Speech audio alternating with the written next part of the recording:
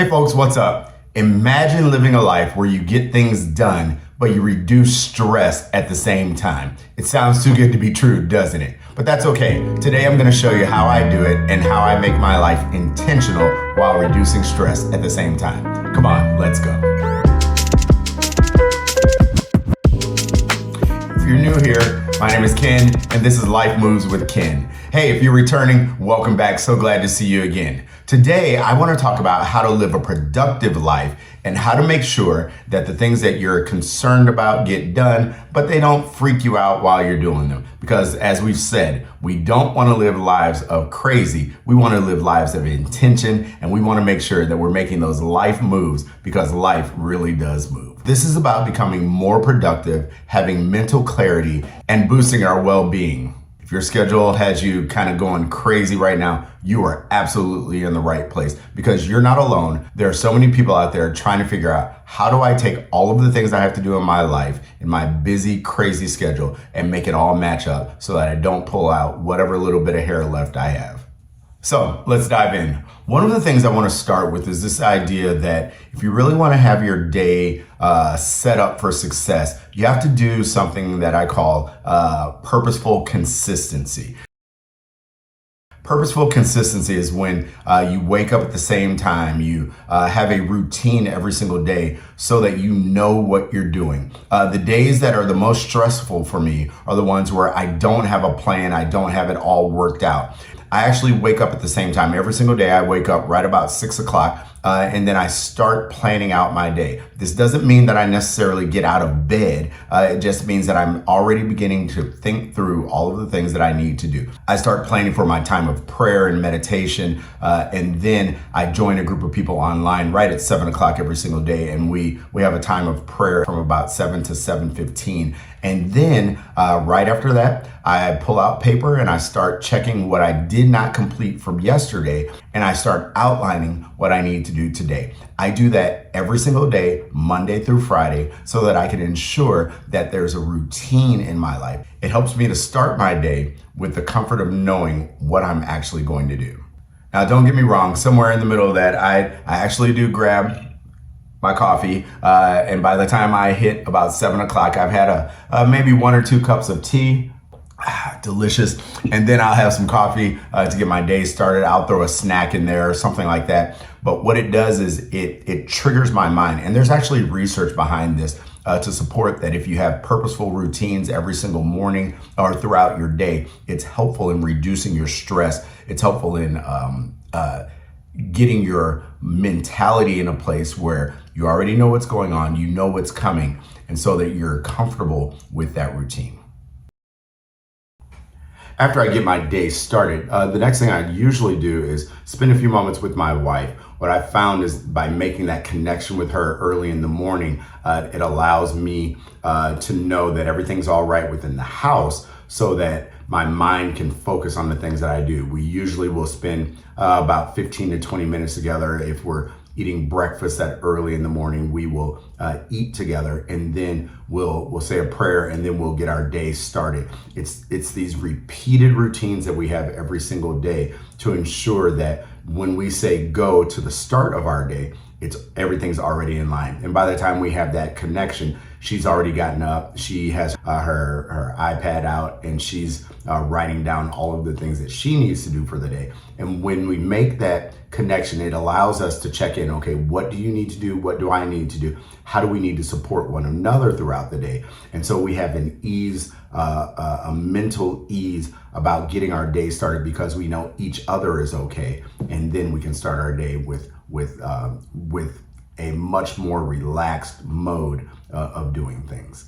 Now, let's get into the meat of the day. Okay, I am a believer in having a plan. So if you're functioning without a plan, I don't even know how you make it throughout the day. I believe in writing down what I'm going to do, but I do something called time blocking. Time blocking is an amazing way to get things done. The research suggests that if you block time to get things done, meaning you set a time for a task to be done, you are much more likely to get it done within that time rather than not having a time around it. So you'll see that on my list of things to do, I usually have a time connected with it. How much time do I think this thing is going to take? And then I try to meet that time. And that allows me to know when things need to be done and when things should be done. If I don't meet that time, then I adjust the rest of the schedule. However, if I do meet the time, or if I'm early with that, what I end up doing is adjusting the schedule for time. And what it does, it gives me time on the back end that I don't fill in. What I do is I now have rest time that I didn't expect. And so if my schedule goes better than expected, if I'm able to accomplish things quicker, that allows me to have rest time on the back. And again, this is all about my mental space, my self-awareness of what's going on in my life, so that I can get to what I really want to do. And that's relax, enjoy the day, enjoy my life. I don't want to spend 15 hours doing something that I could have spent 6 hours doing. Time blocking is like giving your brain a map. And so what I do is I actually color code it. You can see in my calendar that I have it color coded so that I know what I'm doing and I know when I'm doing it. So I match up two different things. I have my handwritten time blocking, and then I have my digital calendar that I share with my administrative assistant so that she can see when I'm doing things. And what she does is she protects my time. So if someone calls the office, or if someone is checking in to see, can I talk to pastor at this time, she can tell them, no, he's focused on this, or no, he's focused on that right now, but we'll make sure that he gets back to you as quickly as possible. And if it's something that can be handled within the office or with some of the other church leaders, she hands it off to them. And so that way it allows me to do the things that I need to do. It allows the rest of the church to function in the way that it needs to function. And then it allows our lives to function in a much more systematic method.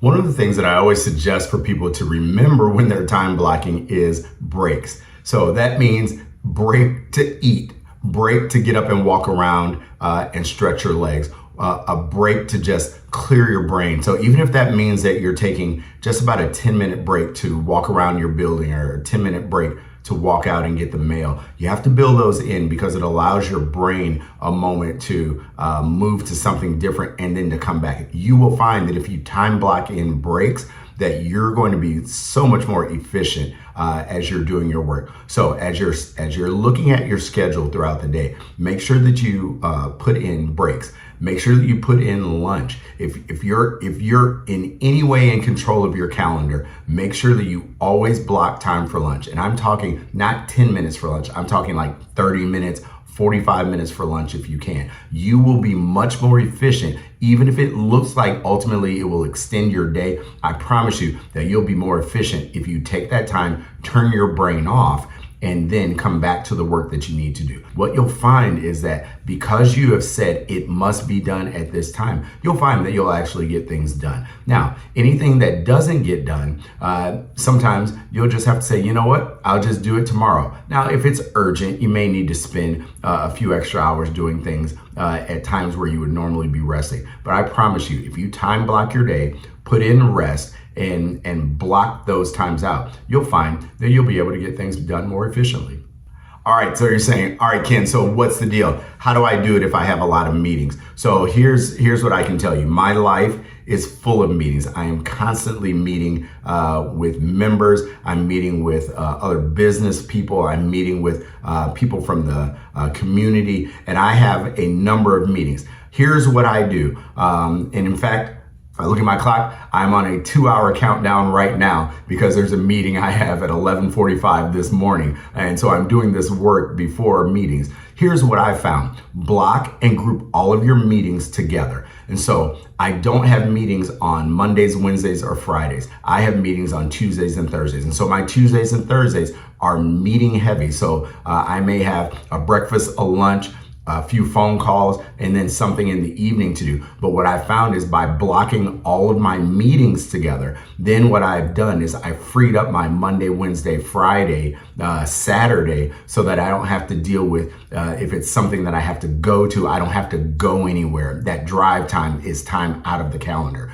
I don't have to drive across town. I don't have that. And I try to do as many meetings from my desk as possible. We're in a wonderful time where we can meet digitally. And so if it's a meeting that's going to be an hour long, but it takes me 45 minutes to drive there, that means that my drive time is an hour and a half, 45 minutes there, 45 minutes back for an hour long meeting. Well, I could gain back an hour and a half worth of time just by meeting from my desk, meeting by Zoom, by Teams, by Google Meet, whatever app that you're using.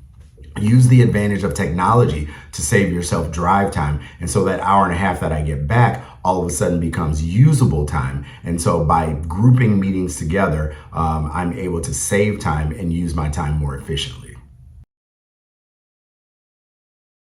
At the end of the day, I check to make sure that I've done the most important things and gotten those things off of my calendar. And then I check to see, okay, what can be done? Is there anything that I can do really quickly here? And then I shut down the day. But before I shut down the day, I reverse what I've done in the morning. I actually check in with my wife again to make sure that she's got everything she needs, so that she can shut her day down, so that when we have dinner, we are completely shutting it down after that. If it's not a day where we shut the day down, because we both teach at local universities, and sometimes her classes are like 4 to 7, and I sometimes have classes that are later in the day.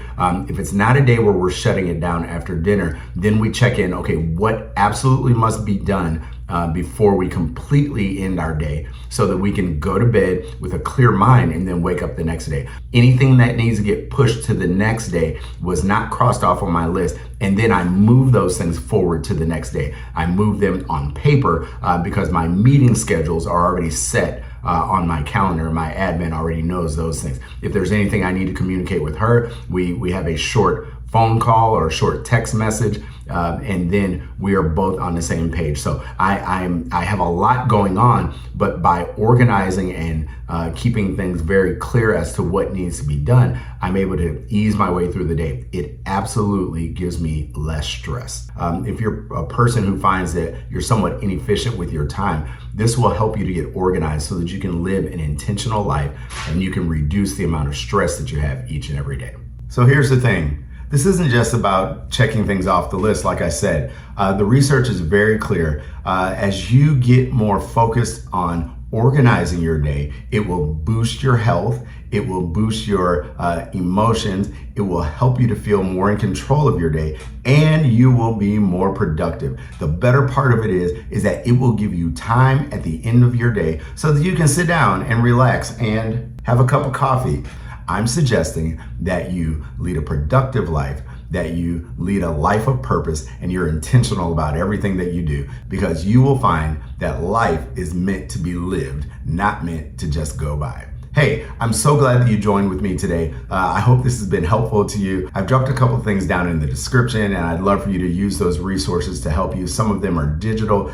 Some of them are just real simple things like using a digital calendar. This is Ken, Life Moves with Ken. I only have one question. If you haven't subscribed, what are you doing, man? Go ahead and like and subscribe and share this with a friend, because we have the ability to live the lives that we really want to live. And all we have to do is make life moves. So I'll see you next time. Thanks for popping in. Take care. You have a great rest of the day.